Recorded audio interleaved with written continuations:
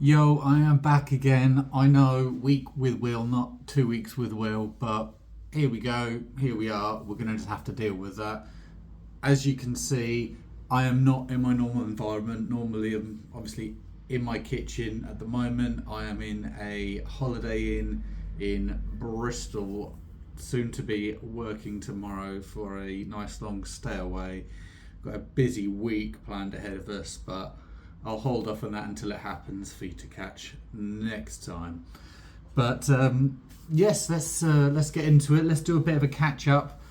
Work wise, I suppose has been the main thing going on. I think a lot of this sort of time that sort of happened over these last couple of weeks has been not necessarily very exciting. I haven't necessarily been doing a great deal outside of work, so most of my weekends and evenings haven't been too tremendously exciting, I suppose.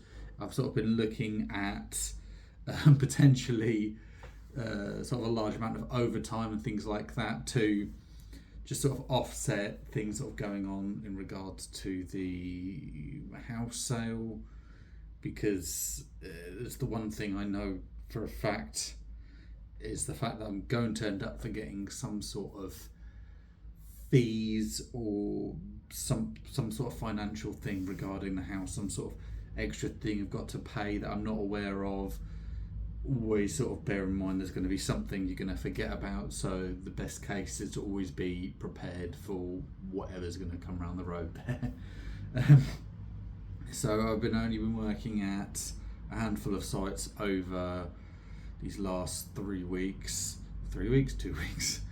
So that included working at Malden Leisure Centre for a small MBS, a sort of as-built floor plan. A lot of works were going on there, sort of doing some bits around a swimming pool, of which it was very much a construction site with lots of rebar and things everywhere, so having to be very much sort of aware on the health and safety side of things, where to position sort of yourself for work, as well as having to deal with the very hot and toasty weather. Granted, the last couple of days have been a little bit soggy, but it's sort of going extreme highs and extreme lows here. So, and then beyond that, it's sort of working at a school in Essex where the idea was to sort of focus on an MBS side of things, looking at internal floor areas for a school, as opposed to a normal MBS where you're looking at building elevations and sort of floor plans, which would normally be greater detail than what I'm sort of doing with this project.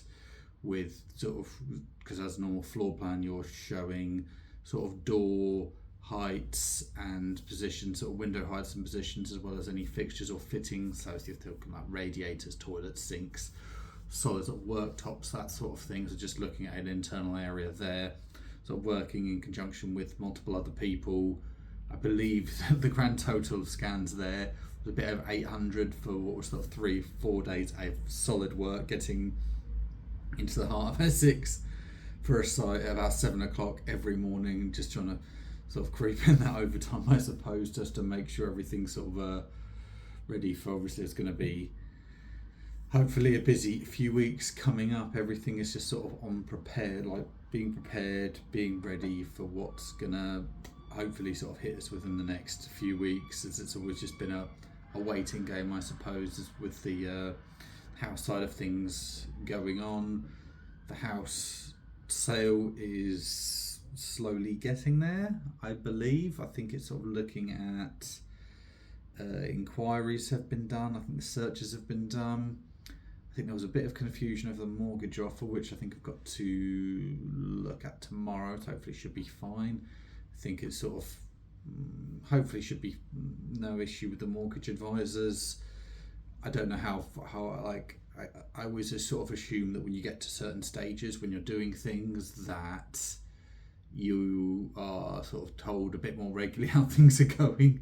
Have to rely on the estate agents of the house I'm going to be buying to help me communicate with my own solicitors, getting CC'd into the emails, which I think is, I don't know whether this is a set sort of concern over solicitors or an issue over the sort of profession as a whole, of being proactive and communicative, or whether, well, if that's a word, or whether it's just a case of we're going to hold off, we're going to wait for you to contact us, then we can charge you a lot for phone calls and money and just sort of go from there.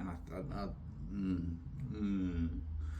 it's not ideal. It's not sort of what you want when you're sort of it sort of helps go into the put more life into the idea that buying a house is one of the most stressful things in the world, and I think it's very much down to the reliance on the solicitors as a profession, not necessarily always being proactive, I suppose, in how they're doing. At least that's what I've had from my experience. I do apologise to other solicitors if they're watching, and by all means try and prove me wrong, but that's just only been my experience through the process of trying to buy this house, as well as having bought the current existing house that I I live in. So it was a little bit sort of stressful.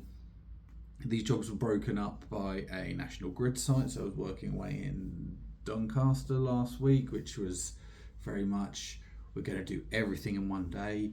The actual site in itself was about an hour's work, but then there was probably, well, less than an hour's work. There's probably about an hour's worth of inductions, multiple hours driving to and from, and sort of loads of time and stress afterwards filling out unnecessary, well, maybe not unnecessary, but sort of forms that it sort of takes more. It's taken so much work to do the work around the work than doing the actual work itself, if that makes any sense right there, which is an absolute sort of joke in itself.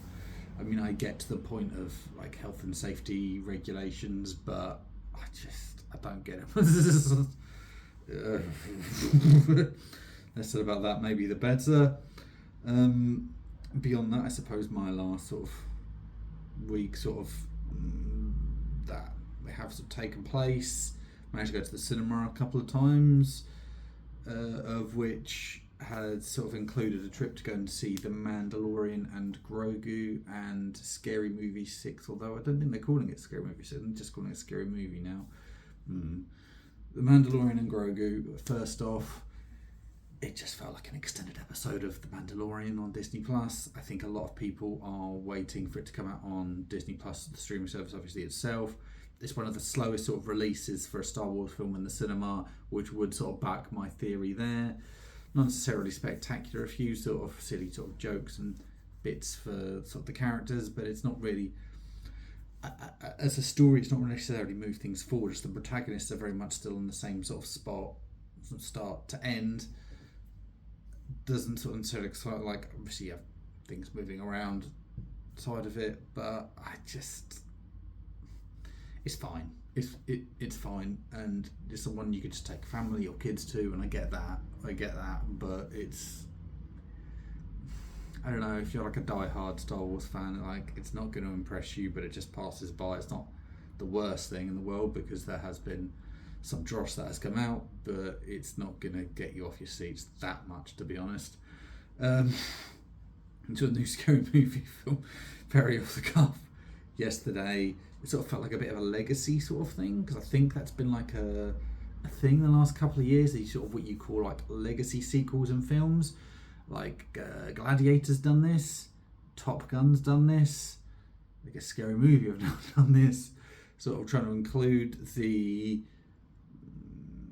all of the original cast, sort of some young fresher faces, going over, sort of take the mick out of the multiple other sort of horror films that have happened within the last few years, sort of referencing to the recent Scream films, to Weapons, I believe it's like Friday the 13th. It's just like, it was okay.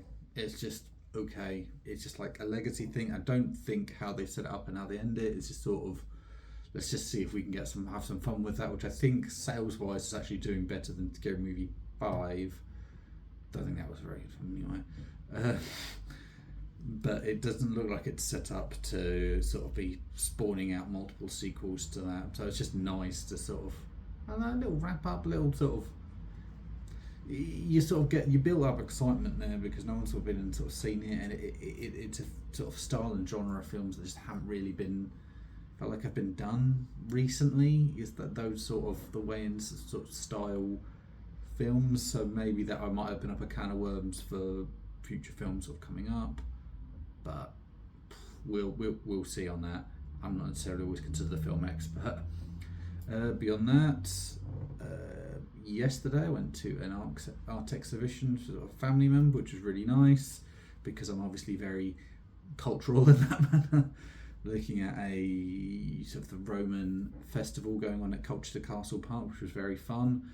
Bought myself some mead because it was sort of Roman and medieval festival, so I want to take something away from it. I thought, yeah, it's always a bit of fun. It's a very random sort of alcohol, obviously made with honey, which can be very sweet. I sort of picked multiple flavours, so we can try that. Obviously, not one to encourage drinking of alcohol, but I think it's sort of a good bit of fun.